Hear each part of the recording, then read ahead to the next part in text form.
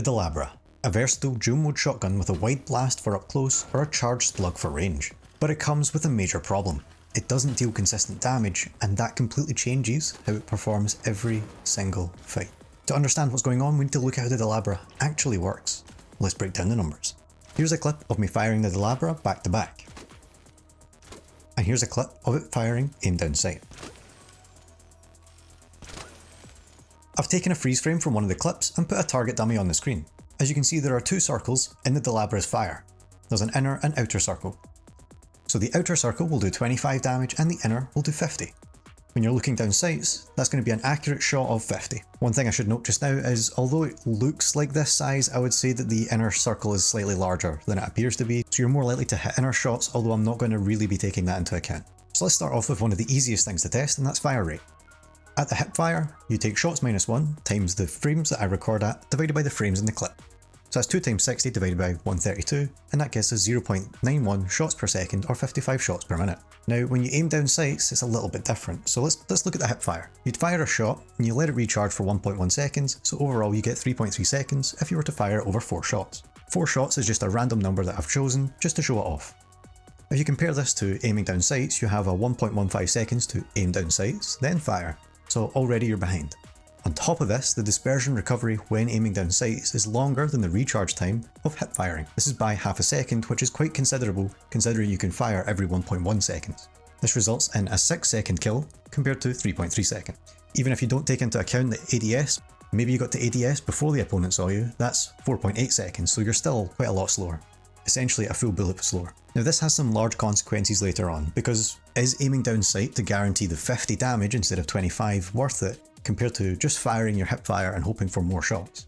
You'll see later on. So now let's look at the damage and how it applies to the health bar. It's a little bit more different with this gun because you have the two different types of damage. So let's just look at some of the combinations against a person's health bar with no shields, just the health. If you get shot with the inner, you lose 50 health, so you're now down to 50. If you get shot by a second inner, you're now dead. Now let's replace that second inner with an outer. You've now been hit by 75 damage and you're down to 25. So you can now be killed by either getting shot by an outer shot or being overkilled by an inner shot. So here we have 3 different combos if you start with an inner shot.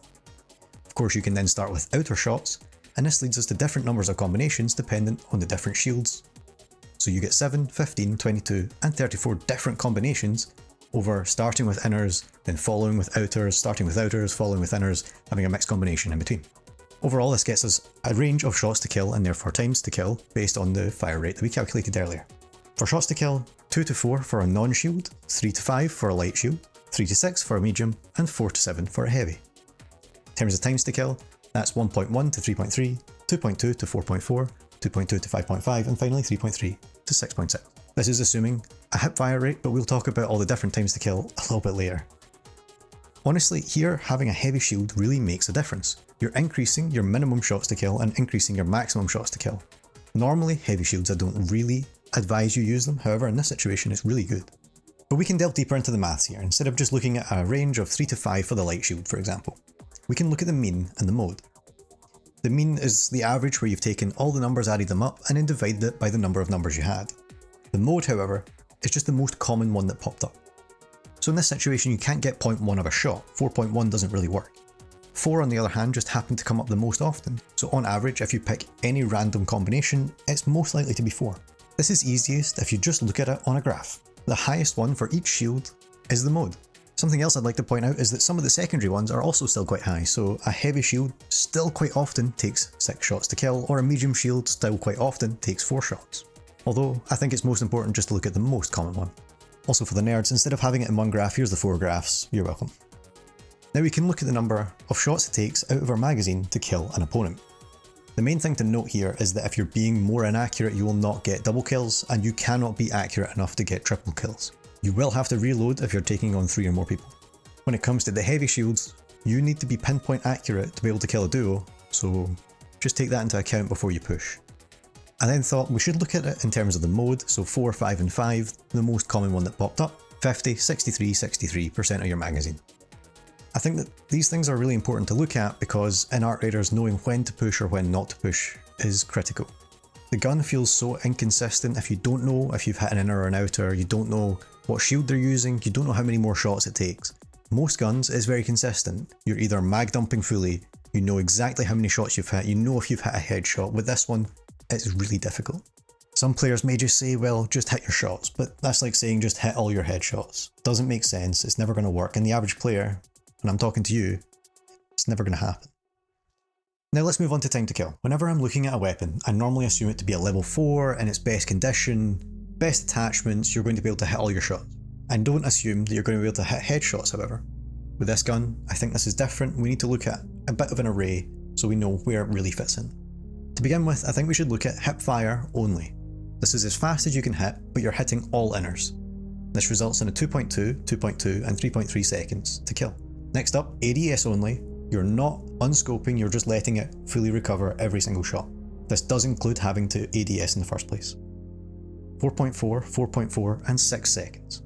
Then now let's look at the ADS, but you unscope and start hitting only inner hip fires. So you're now getting faster shots, but that first shot was guaranteed to be 50. You now get 3.4, 3.4 and 4.5. Hipfire outer only and ADS plus outers have their own shots to kill, which are shown to the left and right, but I thought these are also important to show the range. This is assuming you're hitting as few good shots as possible. The ADS plus outers assumes that you have tried to get that 50 on the first shot, but after that you've got unlucky with all of your hipfires. So looking at it, ADS only is just terrible.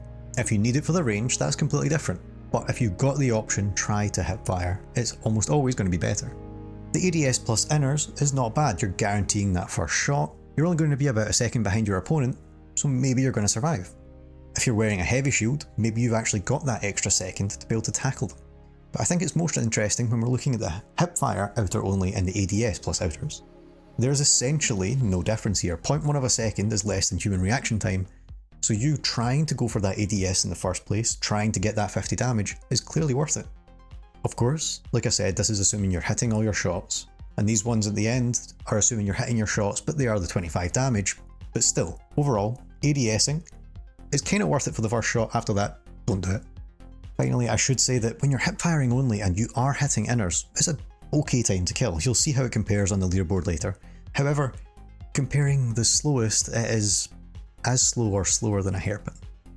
And I don't really feel like a legendary shotgun should be that bad. But let me know in the comments if you think you should be punished that hard for having inaccurate shots.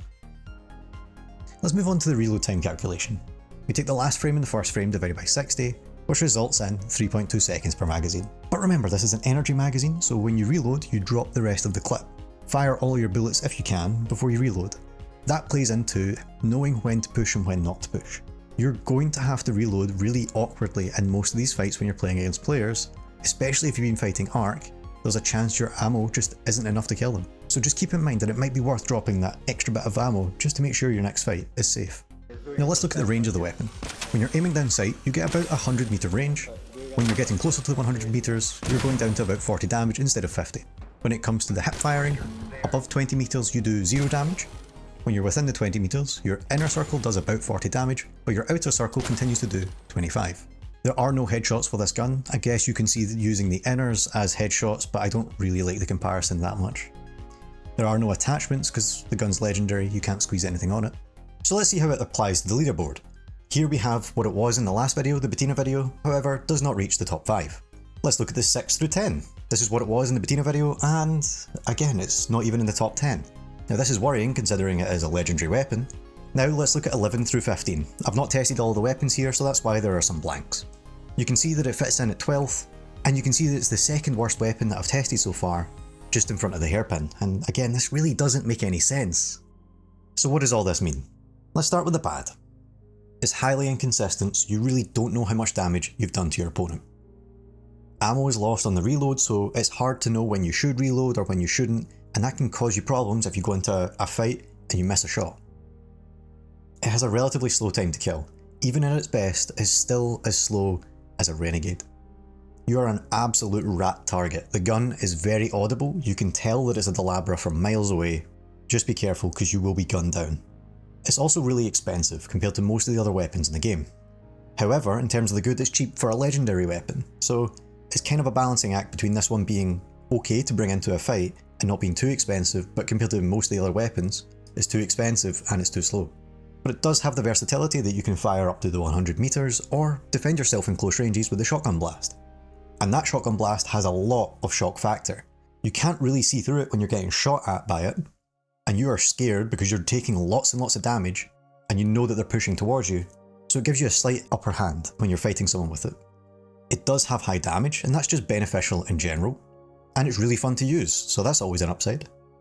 In terms of the playstyle, I think you need to weigh it up yourself. The fast hipfire rate of fire is just so worth it that you can kill people quickly if you're close to them. There's no point in ADSing. You've got an unknown chance of hitting your inner or outer, but if you think you're consistent, then the hipfire is the way to go. Of course, aiming down sight does guarantee you that inner shot, but it's an extra 1.2 seconds compared to the normal hipfire rate of fire. Try to ADS for your first shot, but always hipfire afterwards. The ADS on your first shot is even better if you can aim down sight before you have to take your shot rather than aiming down sight and instantly taking your shot. If you can get prepared, it's actually pretty good.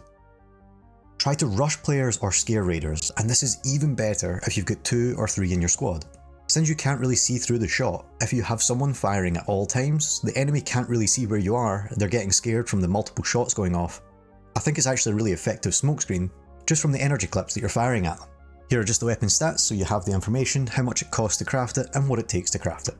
If you think there's a better way to use it, think I've missed something or made a mistake, let's discuss it in the comments, as many eyes are better than one.